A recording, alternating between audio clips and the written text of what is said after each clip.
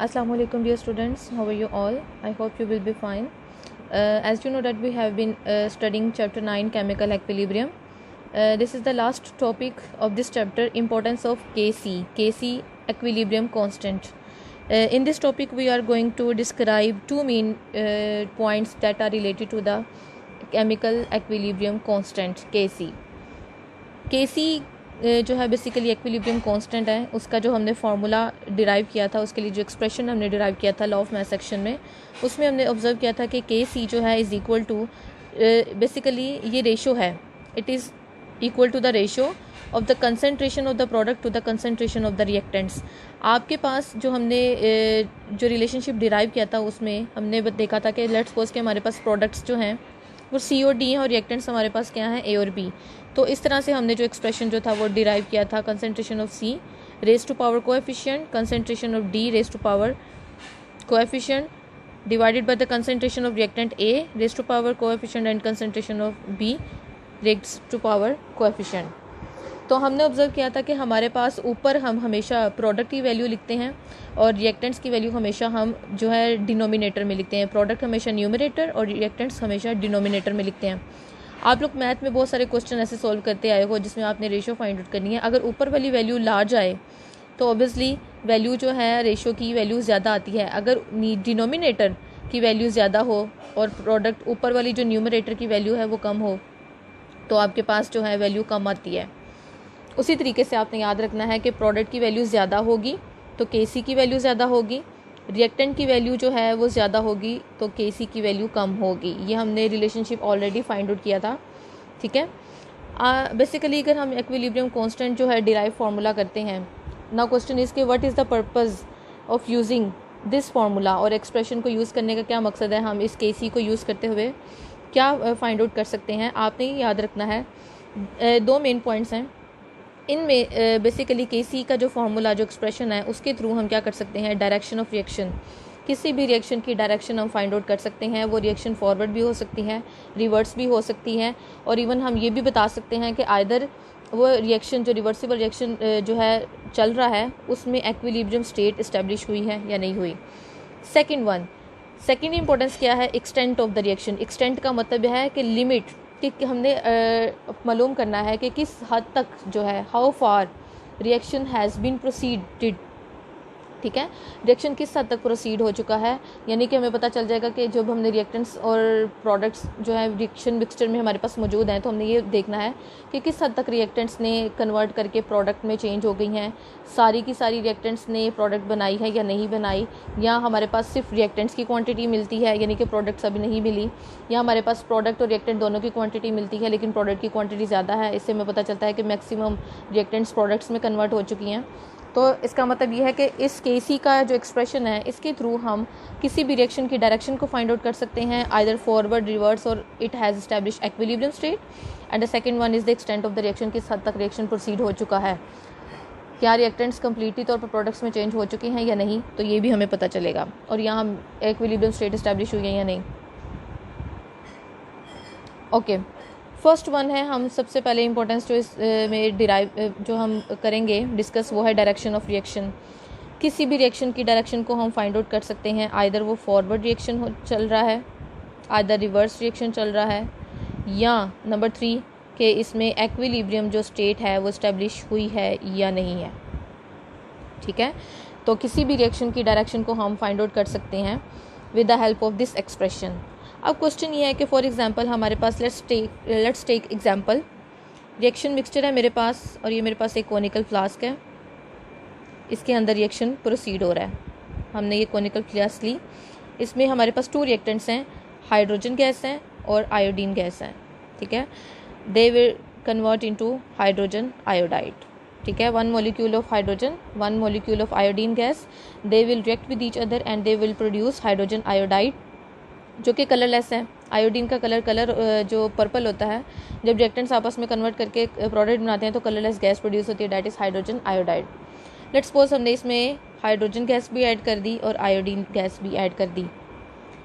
अब इसमें क्या हम करते हैं, बेसिकली के सी की वैल्यू को हम फाइंड आउट कर जो हमारे पास होती है हम डिराइव करते हैं with the passage of time. हमारे पास जो है बेसिकली डायरेक्शन ऑफ रिएक्शन को चेक करने का मेन पर्पस क्या है कि हम किसके थ्रू मालूम कर सकते हैं, कंसंट्रेशंस के थ्रू मालूम करेंगे। अगर हमारे पास रिएक्टेंट्स और प्रोडक्ट्स की कंसंट्रेशंस की वैल्यूज़ हैं तो हम Kc की वैल्यू फाइंड आउट कर सकते हैं और उसी वजह से हम बता सकते हैं कि आइदर रिएक्शन फॉरवर्ड चल रहा है, रिवर्स चल रहा है या इक्विलिब्रियम स्टेट इस्टेब्लिश हो गई है। ठीक है, इसका मतलब ये कि हमारे पास कंसंट्रेशंस होना ज़रूरी है। हमने स्टार्ट में जब रिएक्शन स्टार्ट किया, हाइड्रोजन गैस ली, आयोडीन गैस ली और इनका रिएक्शन स्टार्ट करवा दिया। ऑब्वियसली जब हाइड्रोजन और आयोडीन आपस में रिएक्शन करेंगी तो इसी मिक्सचर के अंदर हाइड्रोजन आयोडाइड भी बनना शुरू हो जाएगी।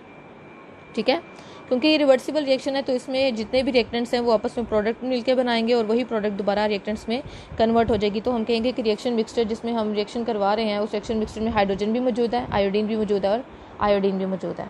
ठीक है, अगर हम बात करें Kc की वैल्यू, जो हमारे पास स्टैंडर्ड वैल्यू आती है वो आती है 57 Kc की वैल्यू आती है। अगर हमारे पास जो है टेम्परेचर की वैल्यू जो है वो क्या हो, 700 kelvin. Kelvin is the unit for the temperature. 700 kelvin पे Kc की वैल्यू हमारे पास आती है 57। ये स्टैंडर्ड वैल्यू है, ये हमें किसी भी आयोडीन और हाइड्रोजन के रिएक्शन के लिए हमारे पास ये वैल्यू होती है। अब हमने अगर लैब के अंदर ये रिएक्शन परफॉर्म करें हैं या इंडस्ट्रियल लेवल में परफॉर्म करें हैं तो हम with the help of concentrations of reactants and products हम बेसिकली कंसंट्रेशंस के थ्रू हम पता करेंगे कि आइदर रिएक्शन फॉरवर्ड जा रहा है, रिवर्स जा रहा है या इक्विलिब्रियम स्टेट इस्टेब्लिश हुई है। तो आपने याद रखना है कि एक स्टैंडर्ड वैल्यू Kc की हाइड्रोजन और आयोडीन के लिए क्या होनी चाहिए, 57 होनी चाहिए और टेम्परेचर होना चाहिए 700 केल्विन। ये this is the standard. Let's suppose जब हम रिएक्शन करवा रहे हैं, इस रिएक्शन मिक्सचर के अंदर टाइम गुजरा हमारे पास, रिएक्शन हमारे पास टाइम था 0, हमने रिएक्शन स्टार्ट करवाया। आफ्टर पासिंग 20 to 30 सेकेंड्स या 1 मिनट के गुजरने के बाद या कुछ सेकंड्स के गुजरने के बाद हमने देखा कि इसमें से रिएक्टेंट्स जो थे, हाइड्रोजन भी मौजूद थी, आयोडीन भी मौजूद थी और हाइड्रोजन आयोडाइड भी मौजूद थी। ठीक है, हमने इनको with the passage of time आप क्या करेंगे, बारी बारी आप 5 मिनट के बाद, 10 मिनट के बाद, 15 मिनट के बाद, हाफ आवर के बाद इनकी कंसंट्रेशंस को इनको सेपरेट करते जाओगे और इनकी वैल्यूज़ कंसंट्रेशंस निकालते जाओगे, इनकी क्वांटिटी निकालते जाओगे और इन क्वांटिटीज़ को Kc का जो फार्मूला है उसमें डिराइव करेंगे। तो उससे हमें जो है पता चल जाएगा कि रिएक्शन किस डायरेक्शन में मूव कर रहा है, कि कितने रिएक्टेंट्स ने आपस में कन्वर्ट करके प्रोडक्ट बना दिए हैं। लेट्स सपोज आफ्टर 30 सेकेंड्स हमने इस मिक्सचर में से हाइड्रोजन आयोडीन और हाइड्रोजन आयोडाइड इनको निकाला। ऑब्वियसली ये वेपराइज फॉर्म है तो हम इनको कंडेंस करेंगे और इनको जो है लिक्विड फॉर्म में लाएंगे। तो हमने लेट्स सपोज जो इसमें से जो 30 सेकेंड्स के बाद हाइड्रोजन की क्वांटिटी निकाली, हाइड्रोजन गैस की concentration of hydrogen gas at time t, यानी कि किसी भी टाइम आप इन रिएक्टेंट्स और प्रोडक्ट्स की क्वांटिटी को चेक कर सकते हो। हम इन प्रोडक्ट्स की क्वांटिटी को चेक करेंगे तो हमें रिएक्शन की डायरेक्शन पता चल जाएगी। ठीक है, लेट्स सपोज हाइड्रोजन की हमने वैल्यू चेक की, वो आई 0.10 मोल पर dm³। आयोडीन की वैल्यू हमारे पास I concentration of hydrogen at any time. t हम यहाँ पे ज़रूर शो करेंगे क्योंकि ये हमने किसी भी वक्त में निकाली है रिएक्शन स्टार्ट होने के बाद। डैट इज़ 0.20 मोल पर dm³। और हमारे पास हाइड्रोजन आयोडाइड की जो concentration I at time t, that was 0.40 mole पर dm³। अब हमारे पास ये वैल्यूज़ आ चुकी हैं। अब इनको हम फार्मूला में पुट करेंगे। हमारे पास फार्मूला क्या था, Kc is equal to ratio of the concentration of the product divided by the concentration of reactant. यानी कि हम प्रोडक्ट हमारे पास जो है वो एक है hydrogen iodide, concentration of hydrogen iodide divided by concentration of the reactant. हमारे पास 2 हैं, हाइड्रोजन और आयोडीन। एट टाइम t हम निकाल रहे हैं। ठीक है, यहाँ पे हमने वैल्यूज़ पुट की। हाइड्रोजन आयोडाइड की 2 मोल्स बनते हैं तो यहाँ पे पावर में हम लिख देंगे। लेट्स सपोज कि हाइड्रोजन आयोडाइड की वैल्यू क्या थी, 0.40 डिवाइडेड बाय 0.10, 0.20। हम उसके अकॉर्डिंग जो है वैल्यूज़ पुट कर देंगे। हाइड्रोजन की है 0.10, आयोडीन की है 0.20। वैल्यू हमारे पास आई 8। अब क्वेश्चन ये है कि हम एट टाइम टी हम इनकी कंसनट्रेशन वैल्यूज़ को फाइंड आउट कर रहे हैं। अभी हमने 30 सेकेंड्स में ये वैल्यू निकाली है। आफ्टर 1 मिनट हम देखेंगे कि क्वांटिटी फिर चेंज होगी। तो ठीक है, एट टाइम टी हम इनकी कंसनट्रेशन को फाइंड आउट कर सकते हैं। तो उसके लिए हम के सी की जगह लिखते हैं Q C. Q C is the reaction quotient. Reaction quotient यानी कि हम एट एनी टाइम हम जो भी प्रोडक्ट और रिएक्टेंट्स की रेशो फाइंड आउट करते हैं, that will be called as reaction quotient, Q C. ठीक है, और इस क्यू सी की जो भी वैल्यू आएगी हम उसको स्टैंडर्ड के सी की वैल्यू से कंपेयर करेंगे। या तो के सी की वैल्यू कम होगी के सी से, या तो क्यू सी की वैल्यू कम होगी के सी से, या क्यू सी की वैल्यू के सी से ज़्यादा आएगी, या तीसरी कंडीशन हो सकती है कि क्यू सी की और के सी की वैल्यू हमारे पास आए इक्वल। ठीक है, now what is reaction quotient? Reaction quotient is the ratio of the concentration of the product to the concentration of the reactant at time T. ठीक है, ये टी क्या शो कर रहा है? ये टी सबस्क्रिप्ट शो कर रहा है, ट्रांसक्रिप्ट शो कर रहा है कि हमारे पास जो है टाइम टी कोई भी कंसंट्रेशन है रिएक्टेंट्स की और प्रोडक्ट की। यहाँ पे हम आयोडीन लिखेंगे। ठीक है, okay. Reaction quotient is the basically ratio, जो हम के सी की जगह लिखेंगे, क्योंकि एट टाइम टी हम कभी भी रिएक्टेंट्स और प्रोडक्ट्स की कंसंट्रेशन का रेशियो निकालेंगे वो हमेशा वैल्यू आएगी Q C. Q C is called reaction quotient Q C. अब लेट्स सपोज हमारे पास जो है आफ्टर 30 सेकेंड्स हमारे पास जो वैल्यू आई 8। अब आप कंपेयर करें के सी की वैल्यू से। के सी की वैल्यू है 57 और क्यू सी की वैल्यू है 8। तो अब आप बताएं कि क्यू सी की वैल्यू जो है वो आई है, कम आई है के सी की वैल्यू से। ठीक है, अब हम इसको आगे फर्दर पढ़ते हैं।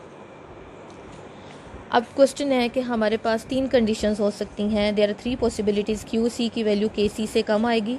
सेकंड कंडीशन, क्यू सी की वैल्यू ज़्यादा आएगी के सी की वैल्यू से। नंबर 3 हमारे पास क्या है? क्यू सी की वैल्यू आएगी इक्वल टू द के सी।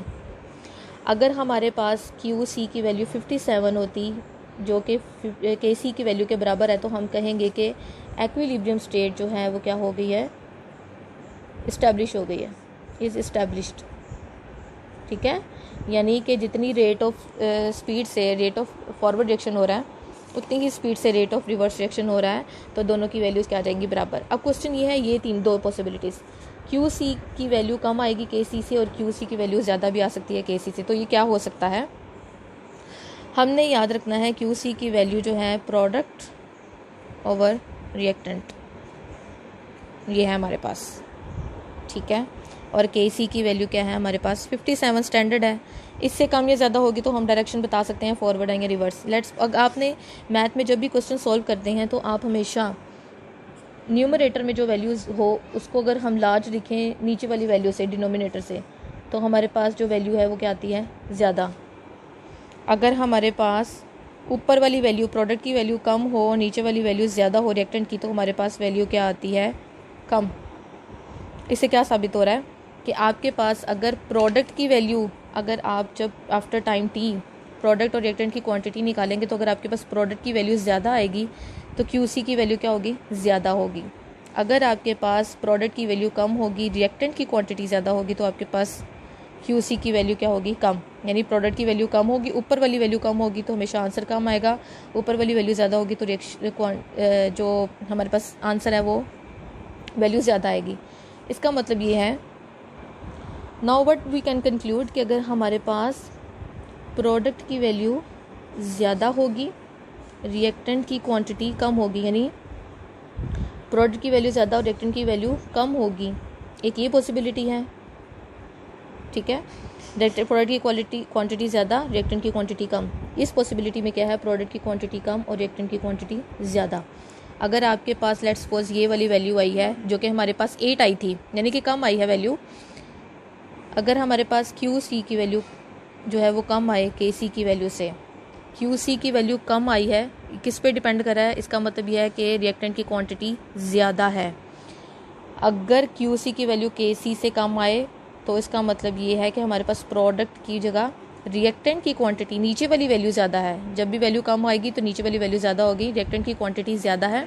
इसका मतलब ये है कि हाइड्रोजन और आयोडीन में जो रिएक्शन हो रहा है उसमें हाइड्रोजन और आयोडीन की क्वांटिटी सबसे ज़्यादा मौजूद है, यानी कि अभी रिएक्शन जो है वो मूव किस तरफ चलना चाहिए, फॉरवर्ड चलना चाहिए। तो रिएक्शन की डायरेक्शन क्या होनी चाहिए, फॉरवर्ड, क्योंकि रिएक्टेंट्स की क्वांटिटी ज़्यादा है। तो अभी रिएक्टेंट्स के पास बहुत टाइम है कि वो आपस में रिएक्ट करके प्रोडक्ट बनाएं और मैक्सिमम प्रोडक्ट बनाएं, और वो रिएक्शन किस डायरेक्शन में मूव करेगा, फॉरवर्ड रिएक्शन में। अगर हमारे पास QC की वैल्यू ज़्यादा आए, लेट्स सपोज हमारे पास 57 थी, अब आ जाए हमारे पास QC की वैल्यू ज़्यादा आ जाए KC वैल्यू, यानी कि हमारे पास आ जाए 80 वैल्यू आ जाए, that is greater than the 57। तो इसका क्या मतलब है कि 57 से भी वो ज़्यादा क्रॉस कर चुकी है वैल्यू। इसका मतलब ये है अगर QC की वैल्यू ज़्यादा आ रही है तो ऑब्वियसली ऊपर वाली प्रोडक्ट की वैल्यू ज़्यादा आई है। तो प्रोडक्ट की अगर ज़्यादा वैल्यू है तो ऑब्वियसली डायरेक्शन किस तरफ मूव करना चाहिए, रिवर्स डायरेक्शन मूव करना चाहिए, ताकि ज़्यादा से ज़्यादा प्रोडक्ट इसमें कन्वर्ट हो सके रिएक्टेंट्स में। अगर रिएक्टेंट्स की क्वांटिटी ज़्यादा है तो QC की वैल्यू जो है वो कम होगी, तो रिएक्शन फॉरवर्ड मूव करेगा। अगर QC की वैल्यू ज़्यादा है देन KC से, तो इसका मतलब यह है कि प्रोडक्ट की ऊपर वाली वैल्यू जो है, प्रोडक्ट की वैल्यू ज़्यादा है, तो जितनी ज़्यादा प्रोडक्ट की वैल्यू होगी उतना ही रिएक्शन रिवर्स मूव करेगा, रिएक्टेंट्स में कन्वर्ट होना शुरू हो जाएगा। आपने हमेशा याद रखना, अगर रिएक्टेंट्स की क्वांटिटी ज़्यादा है तो रिएक्शन हमेशा उसी तरफ जाएगा, from higher concentration towards low concentration. अगर रिएक्टेंट्स की क्वांटिटी ज़्यादा है तो हमारे पास रिएक्शन फॉरवर्ड मूव करना चाहिए ताकि ज़्यादा से ज़्यादा प्रोडक्ट बने। अगर प्रोडक्ट की कंसंट्रेशन ज़्यादा है तो QC की वैल्यू ज़्यादा आएगी, और इसका मतलब यह है कि रिएक्शन को ज़्यादा से ज़्यादा रिवर्स मूव करना चाहिए ताकि ज़्यादा से ज़्यादा प्रोडक्ट रिएक्टेंट्स में कन्वर्ट हो सके।